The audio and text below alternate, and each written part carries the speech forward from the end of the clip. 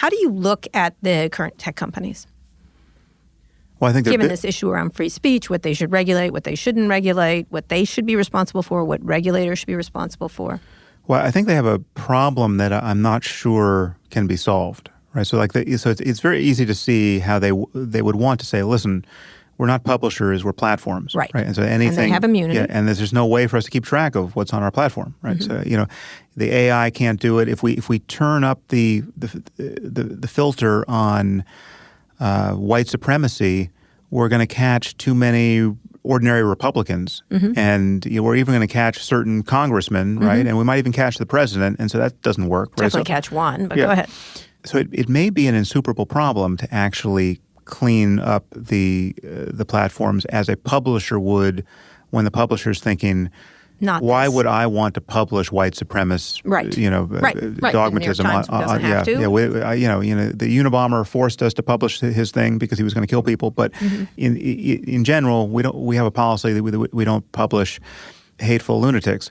That's understandable, and yet I think the saner or more practical fallback position might be the constitutional one, at least in the U.S., which is we're going to draw the line at free speech and the that's and free violence. Speech in the public square. That's free speech when it comes to government. It does not touch private entities at all. You don't have free speech on Twitter. You don't. That's what I'm saying. I'm saying that they can't, if they wanted to behave like publishers, like the New York Times, right? Mm-hmm. They can't actually effectively do it, and they're going to wind up banning good people. I mean, there's a woman who got banned permanently from Twitter for tweeting men are not women, right? Okay. In the context of it was insensitive to trans people. It's a bludgeon. Right? They bludgeon everything. It's just way too coarse-grained to filter. Mm-hmm. And then that becomes its own theater of conspiracy thinking and political activism.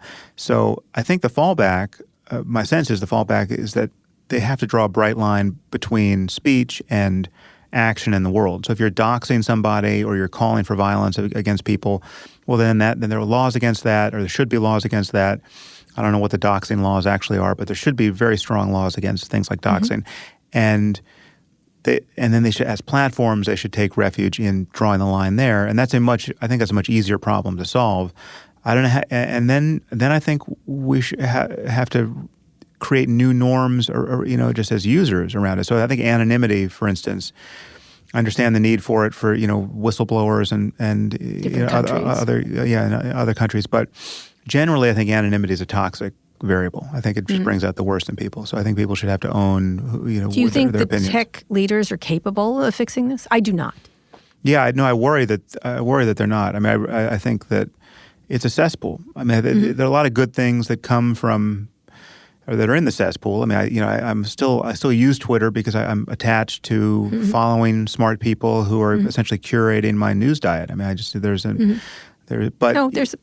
like it. And there's good stuff that you get from it. But I do feel, just speaking personally, that the way for me to use it is probably just to never look at what's coming back on me. I look at what I follow and just to never look at my @ mentions, and then I'll be fine. So that's not obviously the way it's built. I mean, it's meant to be a conversation, but I could use it as a one-way publishing channel and a kind of curation of my newsfeed, and that may be in fact what I do, but it's what I mostly do now anyway. What should these companies do? What should be done to them, if anything? Well, I think trading in our data is just a general phenomenon on the internet. Is I just had Roger McNamee on my podcast, and Tristan Harris is also somebody so addiction and so I follow their line there, which is I think and I had Jaron Lanier on as well, so I've hit this from that side a few times. I think the incentives, the business model is wrong. Selling people's data, the fact that we in fact are the product, and that all of this is built on advertising. And the gaming of attention, and that that selects for outrage in other states that are stickier than just psychological states that we would actually want to encourage. I think all of that needs to be rethought. I think it'd be great if they were paid platforms. If they were like Netflix and you had to pay to be on them, and then they'd have to deliver real value. and they'd have to be worried about the quality of the conversation. What about the idea that people are silenced then? Says someone who worries about being silenced. Well, I don't honestly worry about being silenced, but people like me. I've taken great pains to, like, I have no sponsors, right? I'm just listener supported on my podcast. And one of the reasons for that is I don't want the bad incentive of worrying about what I say that some sponsor might care about, right? So it's you can't take their money and ignore them, just so you know. Yeah, but like I just don't. I want to be able to. I just don't want. I don't want that in my head. It's like, I mean, and again, this could be idiosyncratic, but like I once started a foundation, and with great enthusiasm, I thought, yeah, there's good causes I want to raise money for, but then I, within 15 minutes of starting a foundation, I realized, wait a minute, I don't want to have to care about how rich people are, right? Like, I don't want to be in a room with Jeff Bezos and have part of my brain thinking, well, don't say that thing you really think about what he just said, because maybe he could be of use to your foundation in the future. I just realized I was allergic to the whole thing around fundraising, right? So I just, Here's a tip: you can be mean to them and they still come back. Okay, well, good. Yeah, but I didn't want to care about disparities in wealth of that sort, right? So again, the master variable for me is honesty, and any incentive structure that I create or get entangled in that seems to be working at cross purposes with that, I want to figure out how to get out of, right, if I can. And so I've done that to a remarkable degree in my personal life. With the podcast. With the podcast and with everything else I'm doing. And it's great. I mean, so it's very freeing, but I realize that most people don't have the luxury of being unfireable in that way. Or Sure, but do you imagine that you shouldn't be responsible for things you say, even if it's unfair that you can't say things? There are people, but it's that people are being deplatformed, and their heads are being called for saying things like, I mean, did you hear the guy, I don't know this guy's name, the case isn't that famous, but he was in an academic conference, and there was got into an elevator, a full elevator, and someone asked, what floor he wanted, and he said, women's lingerie, please. And, that's like an old, Dean Stupid Martin joke, right? Yeah. I mean, that's a hacky, old vaudeville joke, right? Someone on the elevator was sufficiently offended by that, his invocation of sexual gender tropes or whatever it was, and he's fighting for his job. I don't know how it finally played out, but there was academic complaints against him. He's a professor, right? Same time, people have had it. So a lot of people have been. I know, but wrong place to fight this battle. That it comes as any surprise to you is a surprise to me. Well, it's just so petty and trivial, and it's not targeting the real problem. Let's talk about the real problem. Whatever the real problem is in that area, let's deal with the real problem. For decades, most people couldn't talk about the real problem. I think the issue, look, just from my perspective, is that the minute that people raise things that have been going on for decades, everyone's like, yeah, now forgive us and move on. Maybe you don't want to forgive and move on. Maybe you want it to change. Maybe you're angry about this. Maybe there's all kinds of human emotions. Okay, but when you're calling for someone to be fired, you're calling for, in this case, very likely you just think of the rest of the family. I mean, this person, this man, very likely has a wife and has kids, right? And you're talking about you're hoping for his unemployment, right? No. Well, yeah, people are calling for people to be fired. Sure, right? some people will. There's a very common phenomenon now, and some people are getting fired, and some people are becoming unhireable elsewhere based on the reason why they were fired. And we're not talking about people who are groping people. I mean, that's a legitimate problem. We're talking about the bad dad joke, right? Or the statement that Biden is at the top of the Democratic ticket.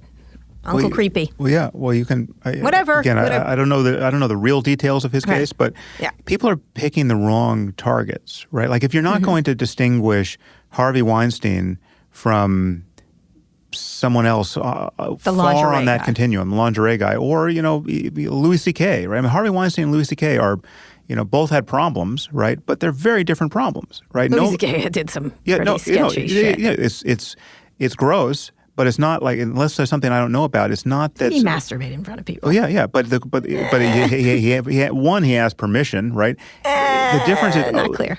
Anyway, the question is, where do you draw the line? There's a very bright line when you're talking about someone being made to feel physically unsafe and like they can't leave the room. Like you're standing between them and the door, right?